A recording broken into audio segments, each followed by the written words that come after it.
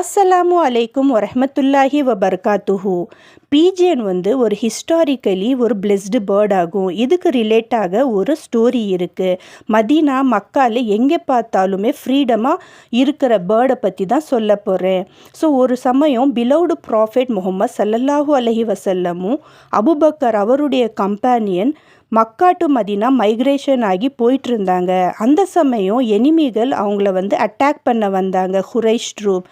ஆகையால் இறைவனுடைய செயல்னால மெசேஜ்னால அவங்க மவுண்டன் தூருக்குள்ளார போகிறாங்க தஞ்சம் எடுக்க. அந்த சமயத்தில் தான் பீஜன் நெஸ்ட்டு கட்டுது, புறா கூடு கட்டுது.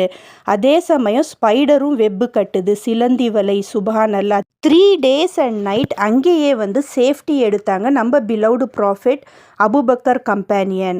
சுபஹானல்லா, எனிமியை கண்டுபிடிக்கவே முடியலை. பீஜனோட நெஸ்ட்டையும் ஸ்பைடர் வெப்பை பார்த்து அவங்க திரும்பி போயிட்டாங்க.